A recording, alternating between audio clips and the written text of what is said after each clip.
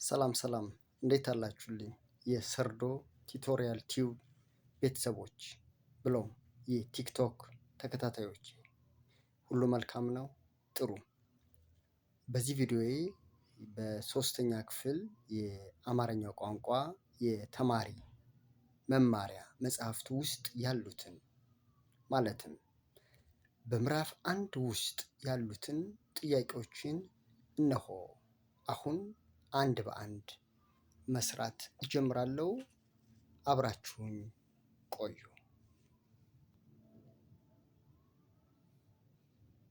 እንግዲህ በሶስተኛ ክፍል መማሪያ መጽሐፍት ውስጥ ያሉትን ጥያቄዎች መስራት ለወላጆች ብሎም ለተማሪዎች እጅጉን ይጠቅማል ብዬ በማሰብ ነው እያንዳንዱን ጥያቄዎች ወደ መስራት እሄዳለሁ። በመሰረቱ የሶስተኛ ክፍልን የአማርኛ ቋንቋ መጽሐፍት ውስጥ ብቻ ያሉትን ሳይሆን ከአንደኛ እስከ 10ኛ ክፍል ያሉ መጽሐፍት ውስጥ ያሉትንም ጥያቄዎች አንድ በአንድ እየሰራው በሰርዶ ቲቶሪያል ቲዩብ ውስጥ የማስቀምጥላችሁ መሆኑን በቅድሚያ ልገልጽላችሁ እወዳለሁ። መልካም እንግዲህ ጥያቄዎችን አብረን ወደ መስራት እናምራ።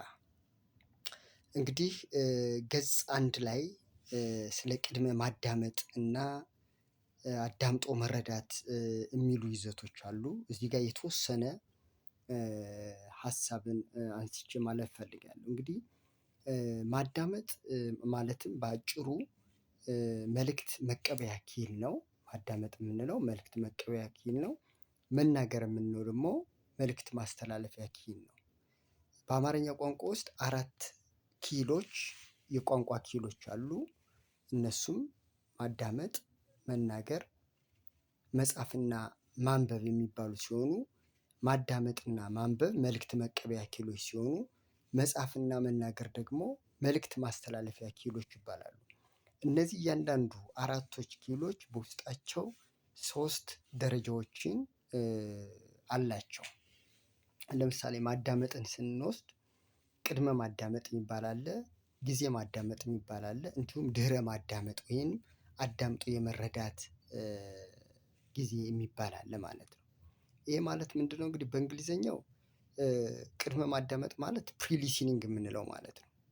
የማዳመጥ ጊዜ የምንለው ዋይል ሊሲኒንግ የምንለው ሲሆን አዳምጦ መረዳት የምንለው ደግሞ ፖስት ሊሲኒንግ ወይም ከአዳመጥን በኋላ በአዳመጥነው ምንባብ ውስጥ ያሉ ይዘቶችን ምን ያህል ተረዳን የሚለውን የሚገልጽ እሱ ፖስት ሊሲኒንግ ወይንም አዳምጦ መረዳት ይባላል። በአጭሩ እዚህ ጋር ቅድመ ማዳመጥ ይባላል። ቅድመ ማዳመጥ ወይንም ፕሪ ሊሲኒንግ ማለት ነው አንድን ምንባብ ወይንም አንድን ቴክስት ከማዳመጣችን በፊት ራሳችንን ለምናደምጠው ነገር ዝግጁ የምናደርግበት ወይንም የተለያዩ ስዕላትንና ግራፎችን በመመልከት የምናዳምጠው ነገር ምን ሊሆን እንደሚችል ግምታችን የምናስቀምጥበት እሱ የማዳመጥ ደረጃ ምን ይባላል?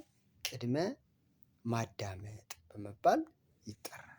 ቅድመ ማዳመጥ ይባላል ማለት ነው። ስለዚህ በቅድመ ማዳመጥ ወቅት የተለያዩ ጥያቄዎችን እንሰራለን ማለት ነው።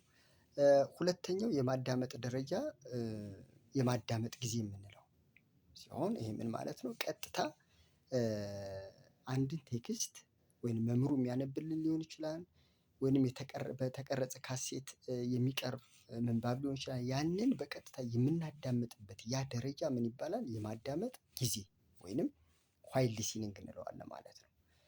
በሶስተኛ ደረጃ አዳምጦ መረዳት የምንለው አለ። አዳምጦ መረዳት ይሄ ማለት የማዳመጥ የመጨረሻው ደረጃ ሲሆን ምን ማለት ነው? ካዳመጥነው ነገር ውስጥ የሚወጡ ጥያቄዎችን አጠቃላይ ጥያቄዎችን የምንሰራበት የማዳመጥ ደረጃ ምን ይባላል?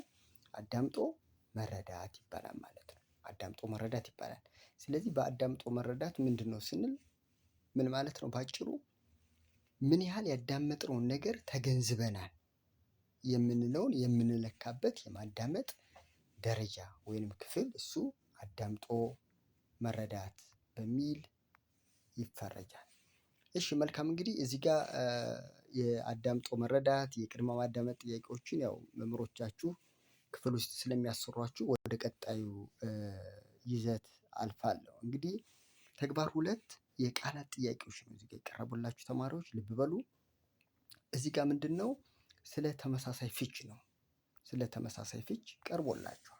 ተመሳሳይ ፍች ምን ማለት ነው? ተመሳሳይ ፍች የቃላት ተመሳሳይ ፍች ማለት አቻ ፍች ማለት ነው። ከተሰጠው ቃል ጋር ከቀረበልን ቃል ጋር በፍች የሚመሳሰል ወይም የሚቀራረብ ያ ፍች ምን ይባላል? ተመሳሳይ ፍች ወይንም መዝገበ ቃላዊ ፍች ወይንም ቀጥተኛ ፍች ይባላል ማለት ነው። ስለዚህ እዚህ ጋር የቀረቡልን ቃላት አሉ። እስኪ እነሱ እንመልከት። ለምሳሌ አሁን ሄደ ለሚለው ምንድነው? ተጓዘ፣ ተራመደ የሚል ይሆናል ማለት ነው። ቦረሸ ለሚለው ተመሳሳይ ፍቹ ምንድነው? ቦረሸ። ተመሳሳይ ፍቹ ምን ሊሆን ይችላል? ያ አጸዳ ብንል መልሱ ሊሆን ይችላል ማለት ነው። አጸዳ አጸዳ። ቦረሸ ለሚለው አጸዳ የሚለው ተመሳሳይ ፍቹ ይሆናል። እሺ ሁለተኛውን ጥያቄ እስኪ እንመልከት። ተደጋጋሚ ይላል። ተደጋጋሚ ማለት ምን ማለት ነው? ተከታታይ። ተደጋጋሚ ለሚለው ተመሳሳይ ፍቹ ማን ሊሆን ይችላል? ተከታታይ የሚለው ተመሳሳይ ፍቹ መሆን ይችላል። ሶስተኛውን ጥያቄ እንመልከት። በጠና ይላል። በጠና ማለት ምን ማለት ነው? ልጁ በጠና ታሟል ማለት ነው። በጽኑ ማለት ነው። በጽኑ